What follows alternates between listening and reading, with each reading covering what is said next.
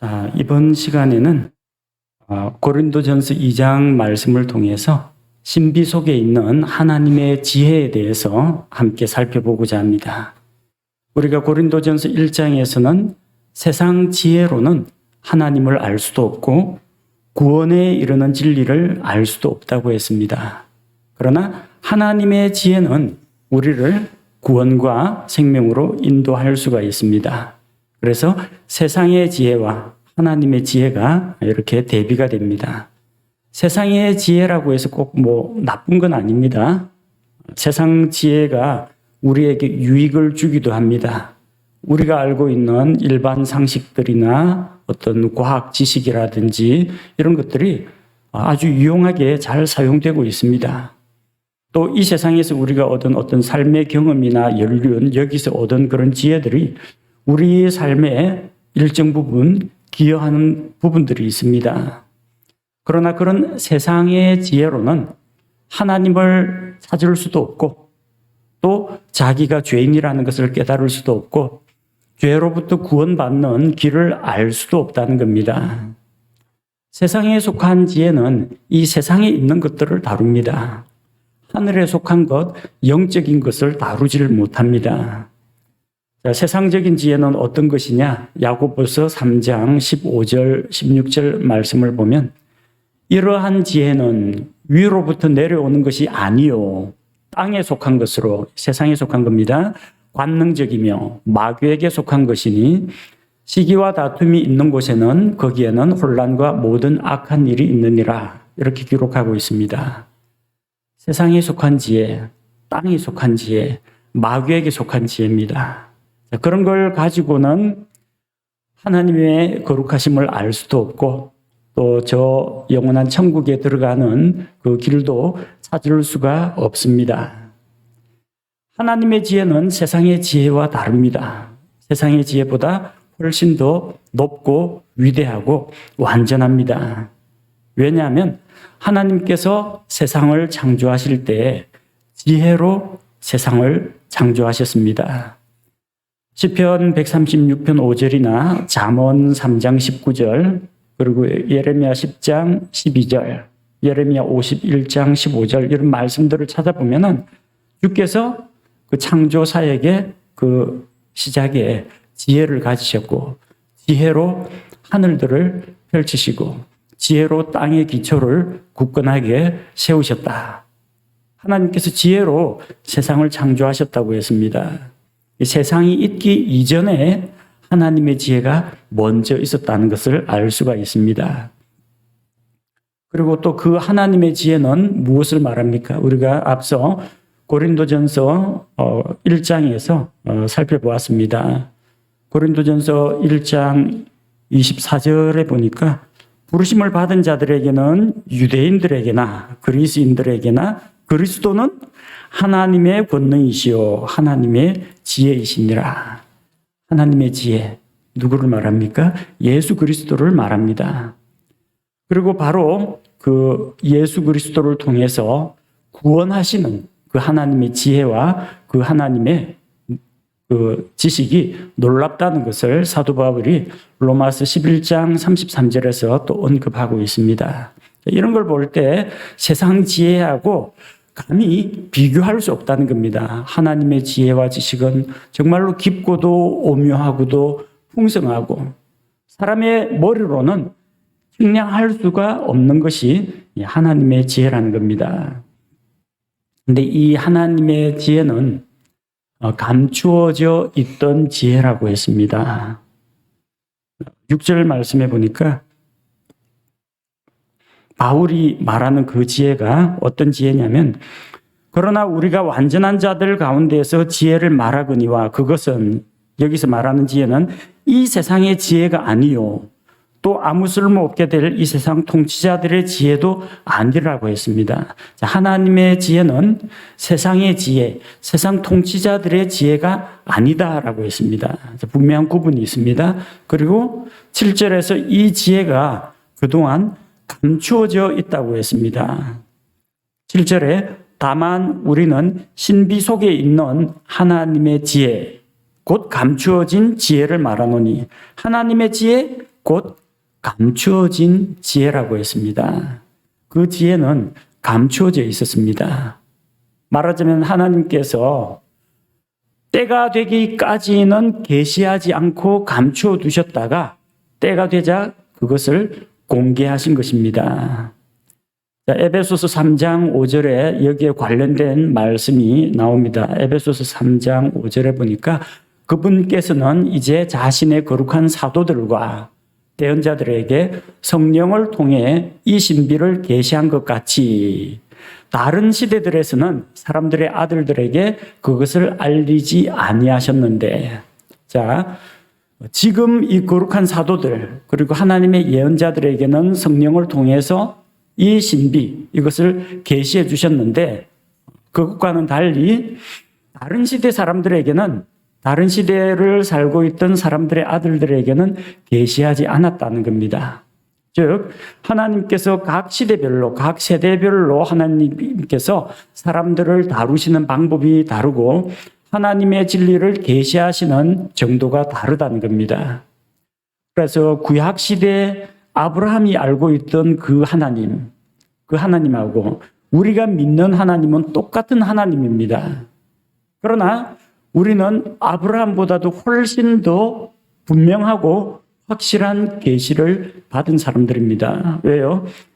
아브라함 당시는 구약성경이 기록되질 않았어요. 하나님께서 나타나셔서 자신에 대해서 계시하시고 가르쳐 주시는 것, 그것만 알았습니다. 아브라함이 창세기부터 말라기 읽어본 적이 없어요. 우리는 구약성경뿐만 아니라 신약성경이 완성된 이후에 이 전체 계시의 말씀을 다 보고 있습니다. 훨씬 더 우리가 분명하고 확실한 것을 알고 있다는 거죠. 하나님의 계시가 어떤 한 시대에 한꺼번에 주어지는 것이 아니라 지난번에도 말씀드린 적이 있는데 점진적 계시, 하나님의 진리를 각 세대별로 점진적으로 차츰차츰 더 분명하고 선명하게 계시하신다. 그렇게 말씀드린 바가 있습니다. 자, 그래서 구약 시대 사람들에게는 감추어져 있던 신비가 있다는 겁니다. 구약 시대 사람들은 알지 못했던 것이 있습니다. 구약 시대 사람들이 짐승의 피로 말미암아 죄들을 용서받는 건 알았어요. 그렇지만 죄 없는 한 사람의 피로 온 세상, 아니 지구상에 살았던 모든 사람, 앞으로 살게 될 모든 사람들의 죄 문제를 대신 속죄할 수 있다. 구약시대 사람들이 알지 못했습니다. 소수의 예언자들은 하나님께 그 조명을 받아가지고 메시아가 우리를 대신하여 죽으실 것을 알기는 했지만 우리가 아는 것만큼 자세히 알지는 못했다는 겁니다. 구약 성경을 아무리 봐도 하나님께서 이스라엘 백성, 택하신 백성, 이스라엘 백성에 대해서 이야기하십니다. 그리고 이방 민족들에 대해서는 이야기하십니다. 그런데 예언자들도 알지 못하고 왕들도 알지 못했던 하나님께서 택하여 부르실 한 백성, 이스라엘 아닙니다.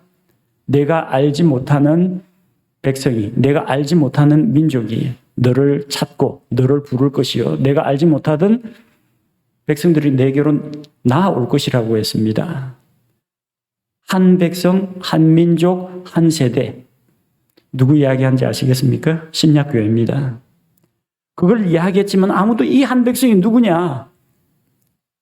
아무도 알지 못했습니다. 내가 알지 못하는 이라고 했으니까 예언자들, 이스라엘은 아니네. 이스라엘이 아니면 그럼 어느 백성, 어느 민족? 몰라요. 민족이나 국가를 초월해서 하나님께서 택하여 부르실 신약교회에 대한 생각을 하나님이 가지고 계셨지만 구약시대 사람들은 그걸 낱낱이 알지 못했던 겁니다. 이사야서 읽다 보면요. 사자들이 어린 양과 뛰놀고 천년왕국 이야기 나오다가 하나님의 고난받는 종 이야기 나오다가 또 천년왕국의 영광이 나오고 이 순서가 막 바뀌어 있습니다. 그래서 어떤 순서로 이게 마지막 날들의 일들이 이렇게 일어나는지 제대로 예언자들조차도 알지 못했다는 겁니다. 그래서 많은 것들이 감추어져 있었습니다. 신비에 속해 있던 그런 것들, 하나님께 속해 있던 그런 놀라운 것들이 계시되지 않은 채 감춰져 있었다는 겁니다. 자, 그리고 7절 말씀에 보니까 이 지혜는 하나님의 어떤 영원한 계획, 작정하고 관련이 되어 있다는 겁니다. 7절에 보면은 우리의 영광을 위하여 세상이 생기기 전에 정하신 것이라 하나님의 작정하고 관련이 되어 있습니다. 세상이 창조되기도 이전에 하나님께서 계획하고 정해놓은 것이 있다라는 겁니다. 사람들을 친히 구원할 계획을 세우시고 구원 계획을 실행하시고 그것을 완성하신 것을 이야기합니다. 그러니까 이 하나님의 지혜가 무엇과 관련되어 있는지 우리가 하나씩 살펴볼 수가 있는 겁니다. 또 이 지혜는 하나님의 백성을 영광에 이르게 한다 했습니다. 하나님의 계획과 하나님의 뜻이면 하나님의 영광을 위해야 되는 거 아니냐? 근데 성경 본문은 뭘 이야기합니까? 우리의 영광을 위하여라고 했습니다. 우리의 영광을 위하여. 우리의 영광을 위한다는 것은 무엇입니까? 우리가 하나님의 백성으로서 이 영광에 들어간다는 이야기입니다. 하나님께서 작정하신 이 지혜는 하나님의 백성을 영광에 이르게 한다는 겁니다. 물론 결과적으로 그를 통해서 하나님께서 영광을 받으시는데 우리가 이 죄인들이 하나님의 영광에 이르지 못하더니라고 했는데 아니 하나님의 영광에 이르게 하는 것이 바로 하나님의 지혜라고 했습니다. 그리고 이 지혜는 어떤 지혜냐? 세상이 알지 못했던 지혜입니다. 8절에 보니까 이 지혜는 이 세상 통치자들 중에서 아무도 알지 못하였으니 만일 그들이 그것을 알았더라면 영광의 주를 십자가에 못 박지 아니하였으리라. 세상이 알지 못하는 지혜입니다. 세상의 지리자들이 알지 못했다고 했습니다. 예수님 당시에 세상의 지리자들 누굽니까? 사분영주 헤롯 왕, 그리고 로마에서 직접 파견한 빌라도 총독. 헤롯이나 빌라도는 예수님의 십자가를 통한 구원을 알지 못했습니다. 사도행전 3장 17절 말씀을 살펴보겠습니다. 사도행전 3장 17절 말씀해 보니까 이제 형제들아 너희의 치리자들과 마찬가지로 너희도 알지 못하여 그리한 줄 내가 아노라. 근데 18절에 이어지는 18절에 보니까 그러나 하나님께서 자신의 모든 대언자들의 입을 통하여 미리 보여주신 그 일들 곧 그리스도께서 고난당하실 일들을 이같이 성취하셨느니라. 분명해지죠. 이 지혜가 어떤 지혜인지 예수 그리스도의 십자가의 대속을 통한 구원, 그걸 가리킵니다. 그러니까 아귀가 다 맞아가죠. 예수님 십자가에 달려 돌아가실 것은 하나님은 창세전에 정하셨는데 아브라함은 잘 몰랐어요. 다만 이 덤불에 뿔이 걸려있는 순양이 자기 아들을 대신해서 이삭을 대신해서 죽는 거. 그래서 순양의 죽음으로 자기 아들은 생명을 얻는다. 이거는 알았지만 그게 이 십자가 나무에 달려서 온 세상 사람들의 죄를 대속하고 이것까지는 몰랐다는 겁니다. 그래서 구약시대 사람들에게는 감춰져 있습니다. 이 지혜가 하나님의 작정하고 관련되어 있다고 했죠. 세상이 창조되기 이전에 하나님께서 작정하신 것, 사람들의 구원에 대한 작정입니다. 그리고 이 지혜가 하나님의 백성을 영광에 이르게 한다고 했죠. 예수 그리스도의 십자가의 대속, 그것을 믿음으로 말미암아 모든 사람이 죄를 지어 하나님의 영광에 이르지 못했는데 이제 하나님의 영광에 들어갈 수 있게 된 그 지혜입니다. 그런데 세상 치리자들은 몰랐다는 거예요. 헤롯과 빌라도가 몰랐습니다. 이 세상 어둠의 통치자들도 십자가를 통한 구원을 알지 못했습니다. 그래서 예수님을 십자가에 못 박게 되었을 때 마귀는 좋아했겠죠. 내가 하나님의 아들을 해치웠다. 예수님이 이 땅에 왕으로 오시는 것을 막았다라고 생각했는데 알고 보니까 십자가에 못 박혀 죽으신 그 예수 그리스도의 죽음과 그 대속의 피로 사람들의 죄값을 대신 지불하시고 하나님께로 가는 길을 열어놓으신 거예요. 마귀도 이것을 미리 예측을 하지를 못했던 것입니다. 만약 마귀가 이 놀라운 신비, 이 지혜를 알았더라면 어떻게 해서든지 예수님이 안 죽도록 아마 보호하고 나섰을 겁니다. 예수님이 죽어야, 그것도 죄 없으신 분으로서 죄인들을 대신하여 피 흘려 죽으셔야 구속사역이 완성되는데, 마귀가 만약 구속사역을 방해하려고 했으면 예수님이 십자가에 넘겨지는 것을 오히려 가로막았을 겁니다. 마귀도 알지 못했습니다.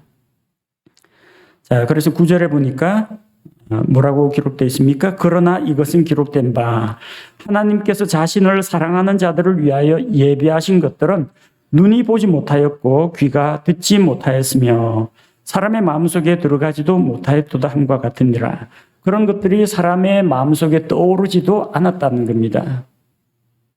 하나님께서 예비하신 것은, 그 본문에서 하나님께서 예비하신 것이 무엇이겠습니까? 하나님께서 우리를 위해 예비하신 거, 저 천국을 예비하셨네. 천국 이야기가 아닙니다. 지금 이어지는 7절과 8절에서 이어지는 맥락을 보면은 이건 구원과 관련되어 있습니다. 하나님께서 우리를 위하여 예비하신 거 무엇이냐? 12절에 나오는 말씀과 같습니다. 이제 우리가 세상의 영을 받지 아니하고 하나님으로부터 난 영을 받았으니 이것은 우리가 하나님께서 우리에게 값없이 주신 것들을 알게 하려 함이라. 무엇을 말합니까? 하나님이 예비하신 거, 우리를 위하여 예비하신 구원입니다. 구원에 동반되는 선물들입니다. 영원한 생명, 죄들의 용서, 하나님의 자녀됨, 천국 시민이 됨, 몸의 부활, 이 여러 가지 것들 우리를 위해 예비하신 거예요. 근데 이거는 세상 사람은 몰라요. 육신에 속한 사람들은 몰라요. 하나님께서 성령님을 통해서 우리에게 말씀으로 계시해 주셔야 우리가 깨달아 알 수 있는 영역입니다. 그런데 이렇게 알지 못했고 가려졌고 감추어져 왔고 그랬던 것이 이제는 하나님께서 자신의 영으로 성령님을 통해서 우리에게 계시해 주셨다는 겁니다. 그 하나님의 지혜, 사람들이 믿어서 구원에 이르게 하는 그 하나님의 지혜가 이제는 계시가 되었습니다. 이 구원은 하나님의 영원하신 작정, 하나님의 계획에 의해서 이루어지는데 삼위일체 하나님께서 여기에 모두 개입하신 것을 우리가 알고 있습니다. 에베소서 1장에 보면 찬송하리로다, 우리 주 예수 그리스도의 하나님 해가 하나님에 대한 찬송이 나옵니다. 하나님에 대한 찬송, 예수 그리스도에 대한 찬송, 성령 하나님에 대한 찬송, 이 삼중 찬송이 나옵니다. 왜 그렇게 에베소서 1장에서 삼위일체 하나님께 찬양을 드리느냐? 하나님께서 창세전에 죄인들을 구원할 계획을 세우셨기 때문입니다. 그러면은 아버지 하나님은 구원에 대해서 뭘 하셨느냐? 계획을 세우셨어요. 플랜, 계획을 세우셨습니다. 예수님은 뭘 하셨습니까? 아버지의 뜻을 따라서, 아버지의 뜻에 순종해서 이 세상에 사람의 몸으로 오시고 예수님께서 십자가를 지시고 피 흘려 죽으시고 부활하심으로 구속 사역을 실행하셨습니다. 실행하셨습니다. 성령님은 무엇을 하셨습니까? 성도들의 구원을 완성하셨습니다. 구원받은 우리로 하여금 구원의 확신을 주시고 구원에 대한 보증이 되시고 우리 안에 들어와 계시고 우리에게 지혜를 가르치시고 우리를 인도하시고 하나님의 뜻을 깨달아 알게 하시고 성령님의 인도를 받게 하시고 성령의 열매를 맺게 하시고 이런 모든 것들, 그래서 퍼펙트하게 성령님께서 우리의 구원을 완성하신다는 겁니다. 삼위일체 하나님께서 이 영원한 작정, 하나님의 지혜에 함께 일을 하신 것을 볼 수가 있습니다. 그래서 한 하나님, 세 위격이 있지만 한 하나님께서 같은 목표를 위해서 일을 하셨는데 제각기 맡은 역할 자체는 다르다는 겁니다. 독립된 인격체이면서 하나이신 하나님을 보여줍니다. 바로 그 성령님께서 우리로 하여금 하나님의 지혜를 깨닫게 하십니다.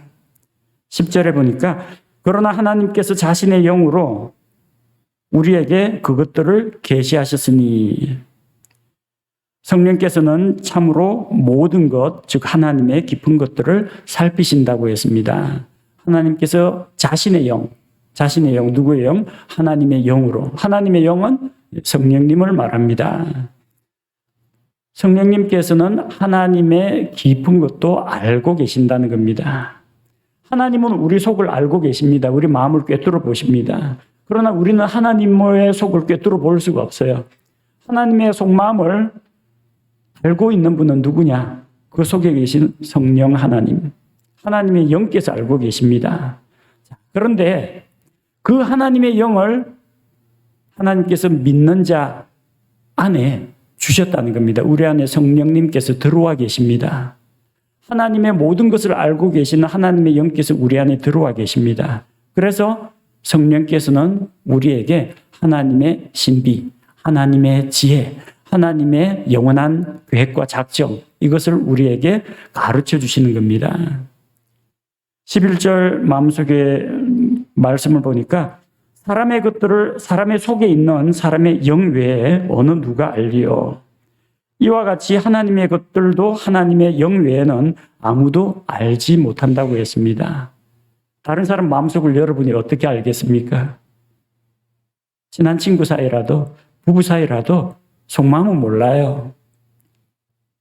아는 존재가 있다면 그 사람 안에 있는 그 사람의 영은 압니다. 뭔 생각을 하고 있는지, 어쩔 작정인지, 과거에 무슨 일이 있었는지 압니다. 마찬가지로 하나님의 속마음, 하나님의 속사정, 그걸 누가 알겠습니까? 하나님의 영 외에는, 성령님 외에는 알지 못한다는 겁니다. 그런데 바로 그 성령님이 우리 안에 들어와 계신다는 겁니다. 참 놀라운 일이죠.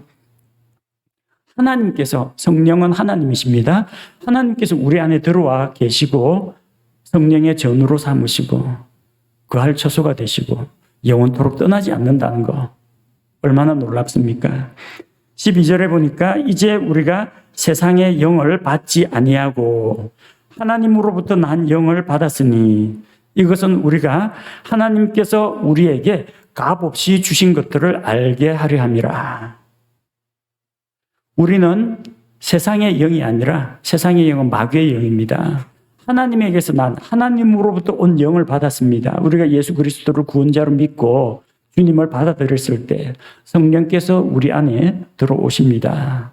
들어오셔서 우리 안에 거하시고 우리와 함께 계시고 또한 우리 안에 계십니다.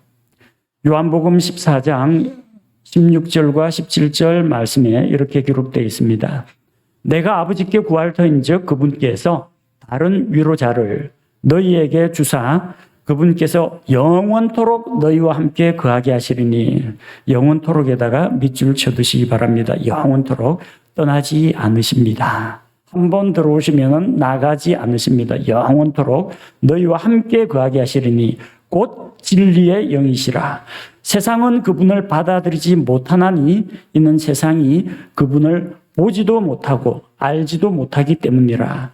그러나 너희는 그분을 아나니 이는 그분께서 너희와 함께 거하시며 또 너희 속에 계실 것이기 때문이라. 성령께서 우리와 함께 계십니다. 우리 곁에 계십니다. 또 너희 안에, 너희 속에 계십니다. 믿는 자 안에 내주하시는 성령님. 하나님께서는 그 광야에서 이스라엘 백성이 공들여 만든 성막에 거주하지는 않으셨습니다. 임재하셨습니다. 하나님의 영광이 임재하셨고 사람들을 만나기 위해서 임재하셨습니다. 하나님이 거기에서 살았다는 이야기 없어요. 솔로몬이 엄청나게 화려한 레바논의 백향목과 금과 은과 보석과 온갖 아름다운 것들로 꾸민 그 솔로몬의 성전에 하나님께서 거하지 않았습니다. 솔로몬이 성전을 건축하고 봉헌하면서 뭐라고 고백했습니까? 하나님께서 참으로 땅에 거하시리까? 아니요. 하늘과 하늘들의 하늘이라도 주를 용납지 못하겠거늘 하물며 내가 건축한 이 전이겠습니까? 이건 다만 우리가 하나님께 예배드리고 하나님과 교제하기 위한 장소일 뿐입니다. 그렇게 고백했습니다. 그 안에도 하나님 거하지 않았어요. 그런데 흙으로 만들어진, 금, 은도 아니고요. 흙으로 만들어진 우리 육체, 우리 몸에 성령께서 들어와 거하신다는 겁니다. 우리와 함께 하신다는 겁니다. 질그릇처럼 연약하고 부딪히면 피나고 깨지고 조그마한 바이러스나 세균도 감당 못해가지고 질병에 걸리는 이 연약한 존재이지만 투박한 질그릇이지만 질그릇의 가치는 그 가치는 별로 가치 안 나갑니다. 질그릇에 뭐가 담겼느냐? 그게 질그릇의 가치를 결정합니다. 보물상자가 왜 보물상자예요? 여러분 영화나 동화책 보물상자 보면 전부 다 짙은 청색 아니면 시커먼색으로 두꺼운 철괴로 되어 있습니다. 안에 보물이 안 들어있는 빈통이면 그 고철상자예요. 고철상자. 안에 금, 은, 보석, 진주, 목걸이 이런 게 막 들어가 있으니까 보물상자인 겁니다. 여러분이 왜 보배롭고 왜 보물인지 아십니까? 여러분 안에 하나님께서 거하시기 때문입니다. 우리 육체 이거 자연인으로서 육체 이게 뭡니까? 어떤 화학자가 이거 사람 몸을 그 화학물로 다 바꿔가지고 철분 얼마, 알미늄 얼마, 구리 얼마, 그 다음에 나머지 탄소, 유기물은 탄소로 돼 있죠. 탄소, 숯 얼마 계산하니까 $1 정도 나오더랍니다. 당시 물가로. 화학 물질로 바꾸면 그 정도밖에 안 돼요. 우리가 왜 보배롭습니까? 예수님의 피값으로 예수님 목숨하고 바꾼 존재이기 때문에 가치가 있는 겁니다. 우리 안에 보배가 들어와 있기 때문입니다. 자, 그래서 우리는 하나님 보시기에 존귀한 자라는 겁니다. 성령 하나님께서 우리 안에 들어와 계십니다. 들어오셔서 하나님께서 우리에게 값없이 은혜로 주신 것들을 알게 하십니다. 에베소서 1장 18절에 보니까 에베소서 1장 18절에 너희의 지각의 눈을 밝히사 그분의 부르심의 소망이 무엇이며 성도들 안에 있는 그분의 상속 유업의 영광이 얼마나 풍성한지를 너희로 하여금 알게 하시기를 내가 기도한다. 사도 바울의 기도문에 그렇게 기록되어 있습니다. 구원, 상속 유산 이런 것들을 하나님께서 우리가 누리게 될 상속 유산 이런 것들을 성령님을 통해서 우리로 하여금 깨달아 알게 하시는 겁니다. 자, 그리고 13절에 또한 우리가 그것들을 말하되 사람의 지혜가 가르치는 말로 하지 아니하고 성령님께서 가르치시는 말로 하나니 곧 영적인 것들은 영적인 것으로 비교하느니라. 성령님께서는 우리를 가르쳐 줍니다. 그래서 우리가 복음을 전할 때나 말씀을 가르칠 때 사람에게서 난 지식이나 사람이 만들어낸 어떤 전통이나 사람이 만든 교리로 가르치는 것이 아닙니다. 성령께서 말씀을 통해서 보여주신 것들, 성령께서 말씀에 빛을 비춰주신 것들, 이것을 통해서 성령님이 가르쳐 주신 것을 다시 사람들에게 가르치는 것입니다. 요한복음 14장 26절 말씀해 보니까 위로자 곧 아버지께서 내 이름으로 보내실 성령님 그분께서 너희에게 모든 것을 가르치시고 내가 너희에게 무엇을 말하였든지 너희가 모든 것을 기억하게 하시리라. 가르쳐 주십니다. 주님의 말씀을 생각나게 하십니다. 기억나게 하십니다. 그래서 우리는 성령님을 통해서 성령님이 우리를 가르쳐 주시니까 이 신비 속에 있는 하나님의 지혜를 우리가 깨달을 수가 있는 것입니다. 자, 14절에서 16절에 보니까 본성에 속한 자들과 영에 속한 자들이 나옵니다. 14절에 그러나 본성에 속한 사람은 하나님의 영의 것들을 받아들이지 아니하나니 그것들이 그에게는 어리석은 것이니라. 또 그가 그것을 알 수도 없나니 이는 그것들이 영적으로 분별되기 때문이니라. 본성에 속한 사람이라고 했는데 본성에 속한 사람 누구를 말합니까? 영어로 읽으면 조금 쉬울 거예요. Natural man. Natural man이라는 게 나는 자연인이다. 이 자연인을 말하는 게 아니고요. 뭐 산속에 들어가서 풀뿌리 캐먹고 살면서 원시 상태로 돌아간 그 자연인을 말하는 게 아닙니다. Natural man이라는 것은 어머니의 모태로부터 첫 번째 출생을 한 사람을 자연인이라고 합니다. 일반 사람들이에요. 딱 거기까지입니다. 육에서 난 것은 육이라고 했습니다.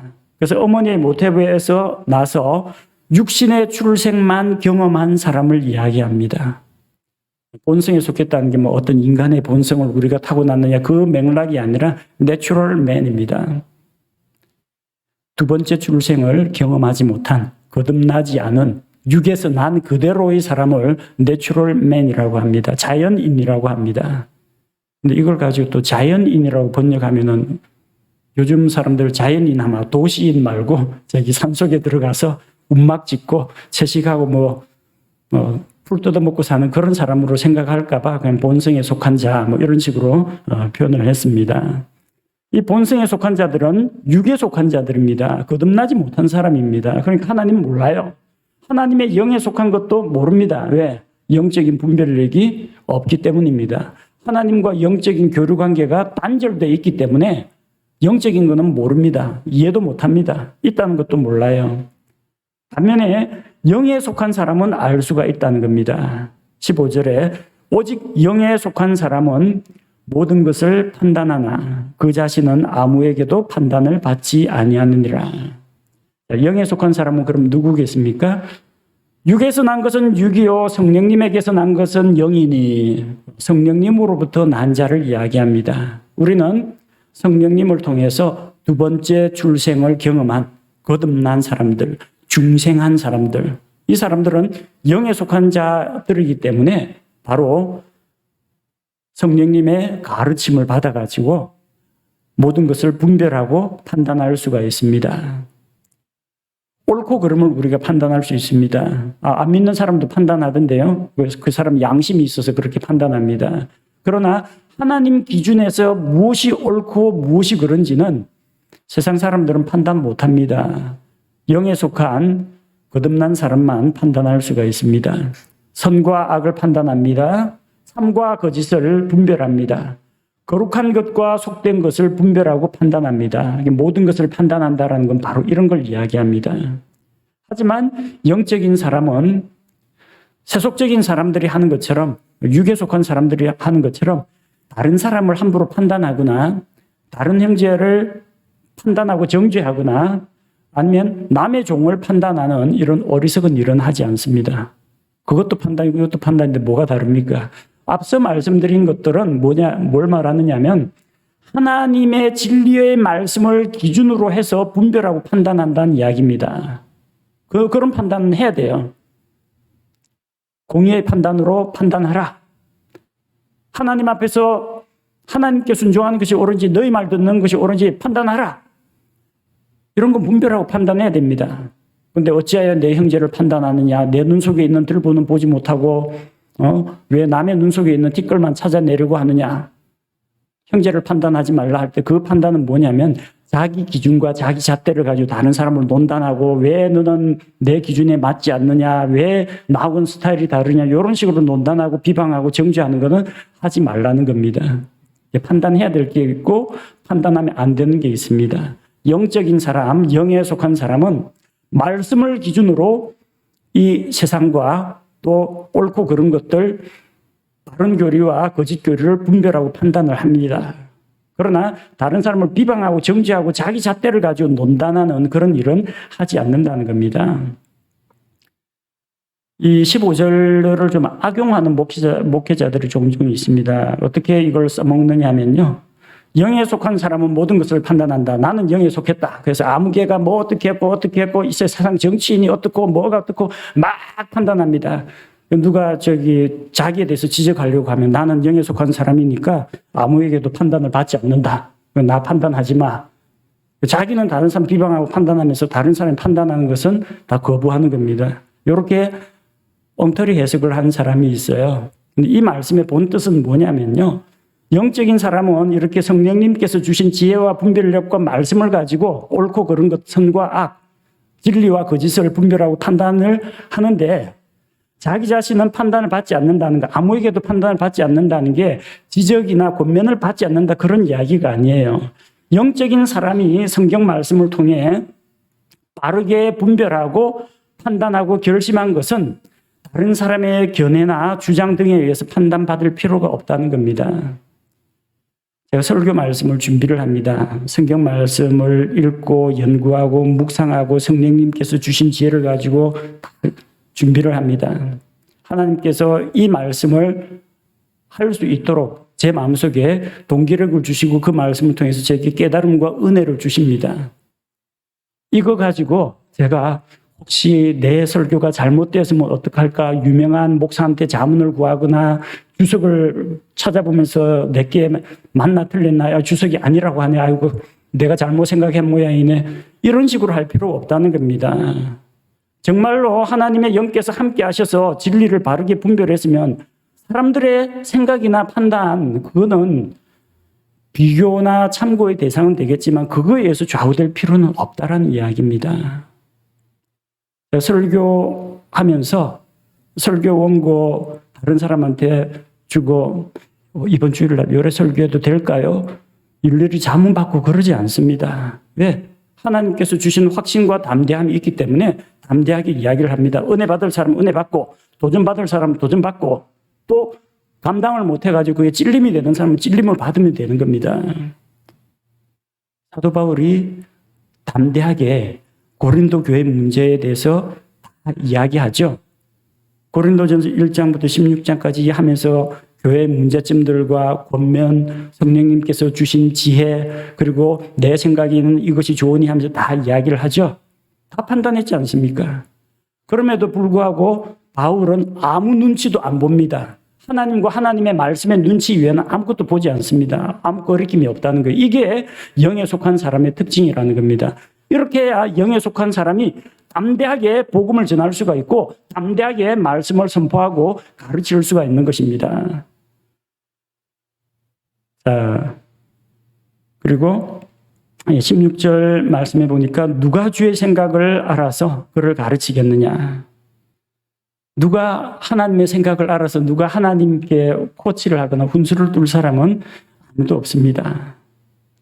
그러나 우리가 그리스도의 생각을 가졌느니라. 어떻게 그리스도의 생각을 가질 수가 있을까요? 예수 그리스도께서는 하나님의 말씀입니다. 말씀이라는 것은 그 말하는 존재의 성품과 인격과 의지와 온갖 경험 그 자체가 다 녹아있는 것이 그 말씀입니다. 우리가 그리스도의 생각을 가질 수 있는 이유는 주님을 우리가 마음속에 모셨고 주님의 말씀이 우리 머릿속에, 우리 입에, 우리 마음속에 있기 때문입니다. 내 생각을 그리스도의 생각처럼 우기는 것이 아니라 그리스도의 마음, 그리스도의 생각이 바로 내 속에 들어와 있기 때문에 그것이 나에게 가르치고 말씀하고 깨닫게 하는 겁니다.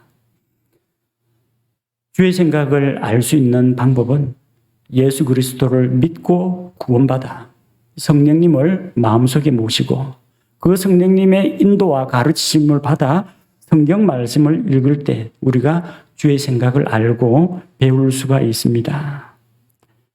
복음에는 하나님의 지혜가 하나님의 능력이 담겨 있습니다. 죄인들을 구원으로 인도하는 하나님의 지혜와 영원한 작정, 계획이 있습니다. 그 복음을 믿는 자들을 변화시키는 구원의 능력이 복음에 들어 있습니다. 세상은 이 하나님의 지혜를 알지 못합니다. 이 구원하는 지혜를 미련하고 어리석인 것이라고 판단합니다. 가증한 것이라고 생각합니다. 그래서 세상은 하나님의 지혜를 알지 못하지만 성령님께서 복음 전도자를 통해서 세상에 선포하여 이 지혜를 믿지 않는 자들이, 죄인들이 깨닫고 돌아오게 합니다. 우리 안에 성령님을 주신 하나님께 감사드립니다. 성령님께서 우리 안에, 믿는 자 안에 거하십니다. 그래서 우리로 하여금 이 신비 속에 속해 있는 하나님의 지혜를 알게 하시고 영적 분별력과 지혜를 주십니다.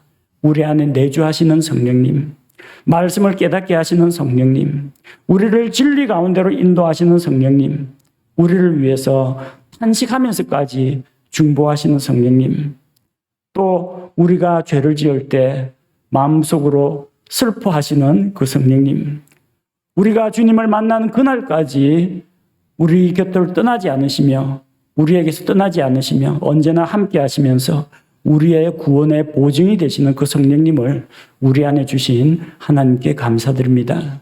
그 성령님을 통해 우리가 복음의 말씀을, 진리를 깨닫고 또 하나님께서 은혜로 값없이 주신 이 놀라운 것들을 알게 됨을 감사드립니다. 우리 함께 기도하겠습니다. 하나님 아버지, 이 세상은 하나님을 알지 못하고 하나님의 지혜도 알지 못하고 구원하시는 하나님의 능력도 알지 못하지만 세상에 속하지 않은 하나님의 지혜는 우리에게 하나님의 영원한 작정을 알게 하시고 우리를 영광에 이르게 하시고 또 그 지혜로 하나님께서 우리를 위하여 예비하신 것, 하나님께서 우리에게 값없이 은혜로 주시는 것들을 깨달아 알게 함을 보았습니다. 우리가 이전에는 하나님을 알지 못하였으나 예수 그리스도를 믿고 구원받아 성령께서 우리 마음속에 들어오신 이후 성경을 읽을 때 깨달음을 주시고 빛을 비춰주시고 이해하게 하시며 성경에 기록된 약속들을 보게 하시고 또 이 성경 말씀을 통해 우리가 변화받게 하시니 감사를 드립니다. 세상에 속한 사람들은 알지 못하지만 성령님을 통하여 영에 속한 우리로 하여금 이 놀라운 신비와 또 하나님의 그 완전한 계획과 놀라운 구원의 지혜를 깨달아 알게 하시니 주님 감사를 드립니다. 그리하여 우리가 세상이 알지 못하는 이 지혜로 하나님의 지혜를 배워 알게 하시며 또 다른 사람들을 구원으로 인도하고 진리로 가르칠 수 있도록 성령님께서 말씀으로 우리를 무장시켜 주옵소서. 감사드리며 예수님의 이름으로 기도합니다. 아멘.